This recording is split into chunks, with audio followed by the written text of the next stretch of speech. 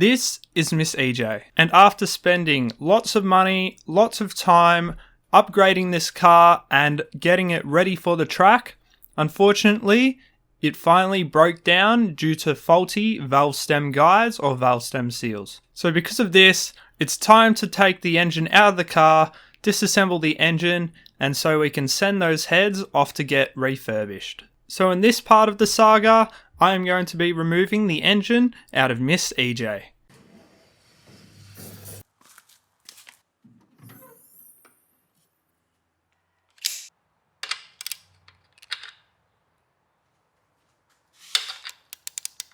I first start off by removing the intercooler, the battery, and then I like to start on the wiring associated with the battery.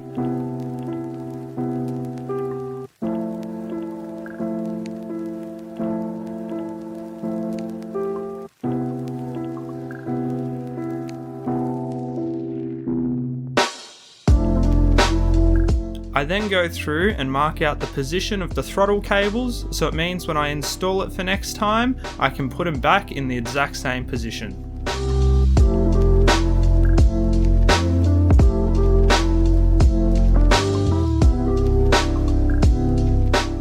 After I've done those little things, I'm now starting on the dump pipe and we'll start to take everything else out from underneath the car that we need.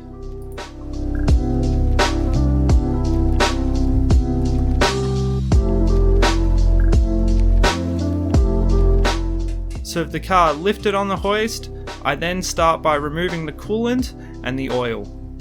Luckily for me, I have this easy coolant drain system, so it means that I can re-put the coolant back into the car, as it's still good and in perfectly usable condition. After that's done, I can start on removing the dump pipe.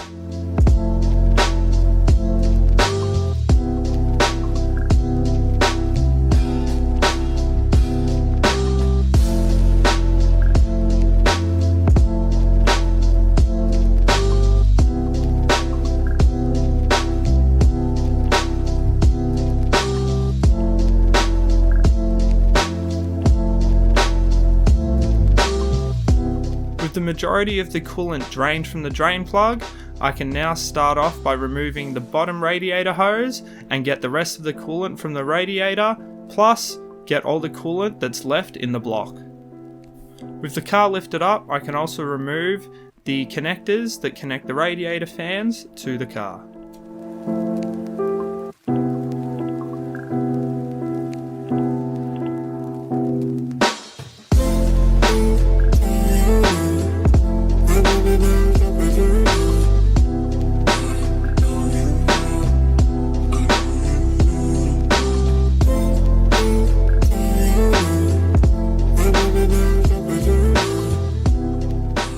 With the car already in the air, I can lower it down a little bit, remove the wheel so I can then remove some of the guard liner to then access the pod filter for the intake. The intake won't actually be able to get removed with the pod filter in place, so it is a must to remove that first. You should go now. Run. No, I won't leave you here. We can run together. Listen, if we run together, with the intake removed, I can now disconnect all the hoses associated to the catch can and get that out of the car. Don't worry about me. I will help them. I want you to promise me to survive, to take this message for our country.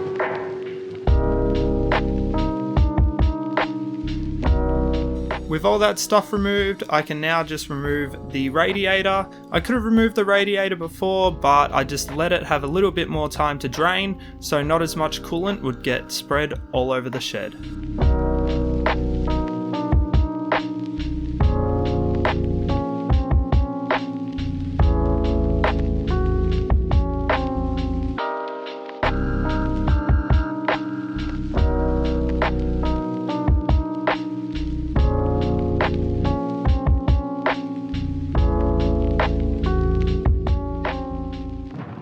With the radiator removed, I can now remove the alternator and undo the bolts for the power steering pump so I can get that moved out of the way. Once they're both moved out of the way, I can also undo the bolts for the AC compressor and also get that moved out of the way. I generally don't like to disconnect the power steering pump or the AC compressor because to take the engine out you can easily just move it off to the side so you don't need to re-gas the AC or re-bleed the power steering pump.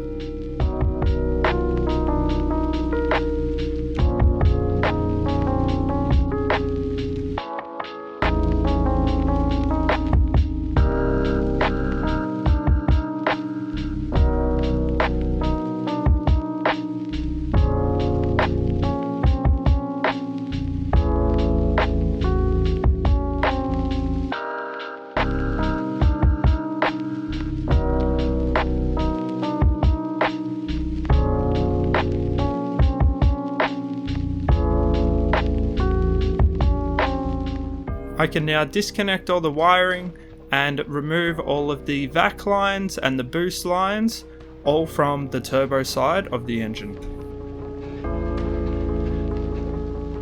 Next, it was time to remove the fuel lines. I like to first of all open up the fuel tank, so it means that I can depressurize the system as much as possible. Then I have these little clamps that I can use to clamp the fuel line. I put a rag underneath the intake and the return for the fuel, just so it means I don't spill fuel everywhere, and I get those hose clamps off, the hose is disconnected and moved out of the way.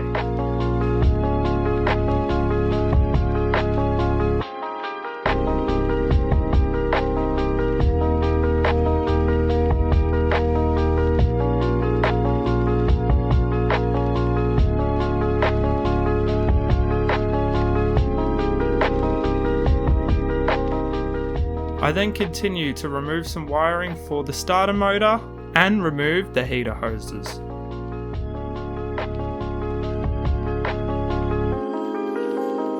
Where am I?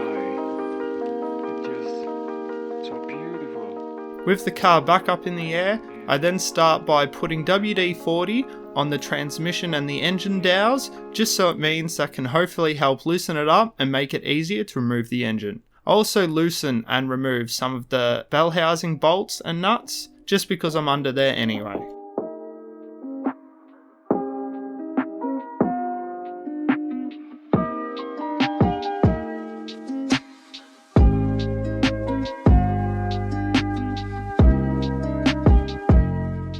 I continue removing most of the bell housing nuts and bolts. I always make sure I leave 2 before I take the engine out, just so it means I know the engine won't tip or fall out of position. Unfortunately, I don't exactly have the right socket to get the bottom bell housing nuts off, so I need to reach down and loosen them by hand. They are a pain to remove, but luckily with my special King Chrome telescoping flex head ratchets, I can get them in there and get those nuts loosened.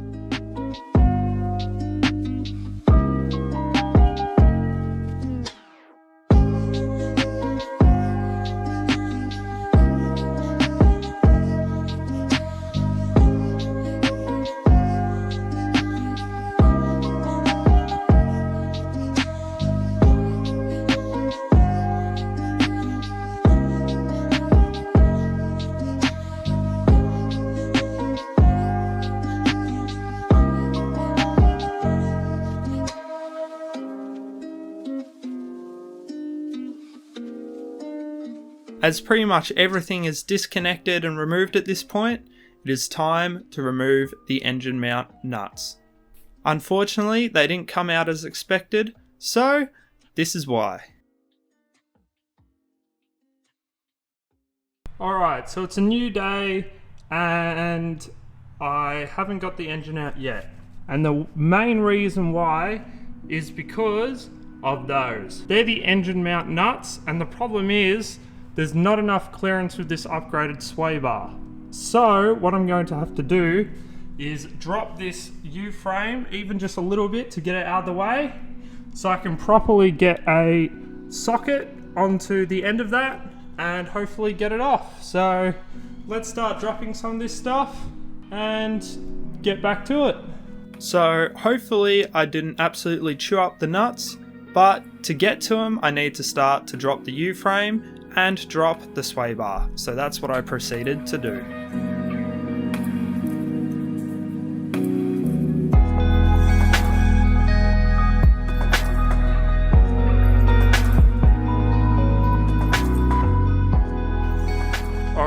So I'm pretty lucky that they came off. You can look at the nut if it focuses.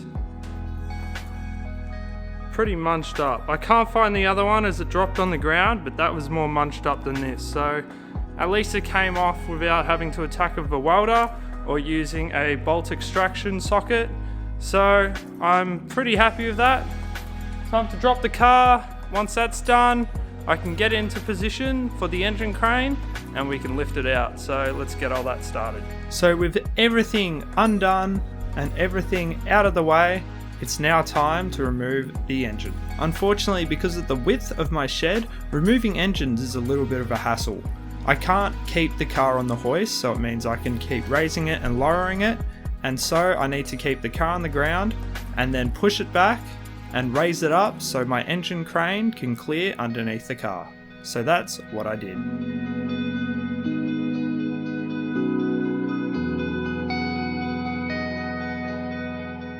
So with everything ready and out of the way, I could now attach the engine crane to the engine.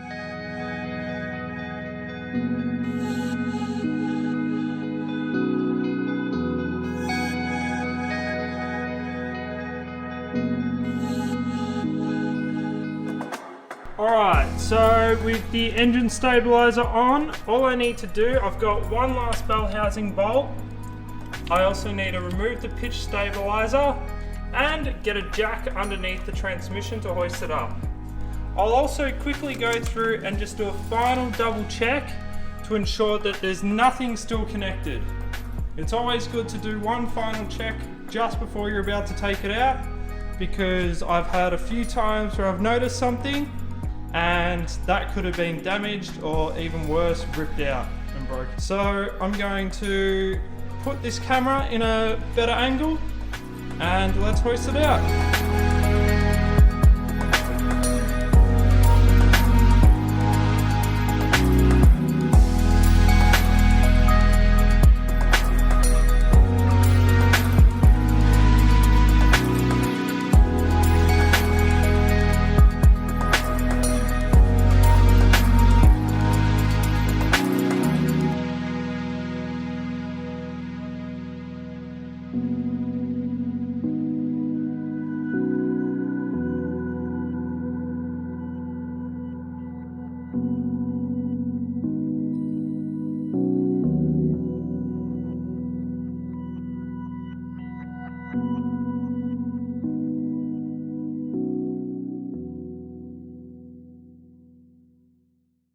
Luckily for me, because of all the preparation and cleaning I did beforehand, the engine came out with complete ease. It's times like these where I really understand the importance of cleaning. Because I cleaned the transmission and the engine mating surfaces, along with greasing the dowels between them, it meant that I did not have to completely force apart the transmission from the engine. I've had times where I've had to literally try to separate the transmission and the engine with a chisel and spent hours just trying to get them separated. But once they're separated, that 5 minutes of cleaning has saved me an hour of work. So that's definitely worth it. So the engine is now out. Came out really easy, mainly because of when I took it out last, I completely cleaned everything, especially these transmission mating surfaces. So since that they were all clean, the engine just popped out perfectly. What I've also done is I cut a piece of wood down, plus I actually made some notches that will focus.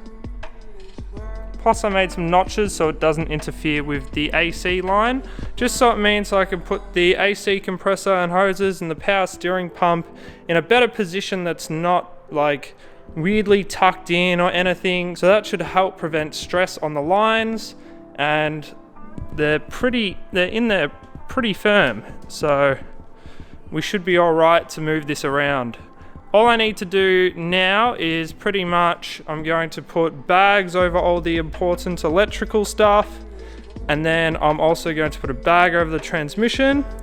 Plus, I then need to buy a tarp so I can put it over, as while the engine's being redone, it will be stored outside. So the next time you'll see a video of this car, I'll be pulling the engine apart, so we can get the head sent off to the machine shop, and hopefully they'll come back all fixed and we won't have any problems with the machining this time. So thank you for watching this video. I hope you enjoyed it. If you do like my content, please consider subscribing. If you have any comments, please leave them below. As always, you can follow me on Instagram at 07carves. And until next time, keep on learning.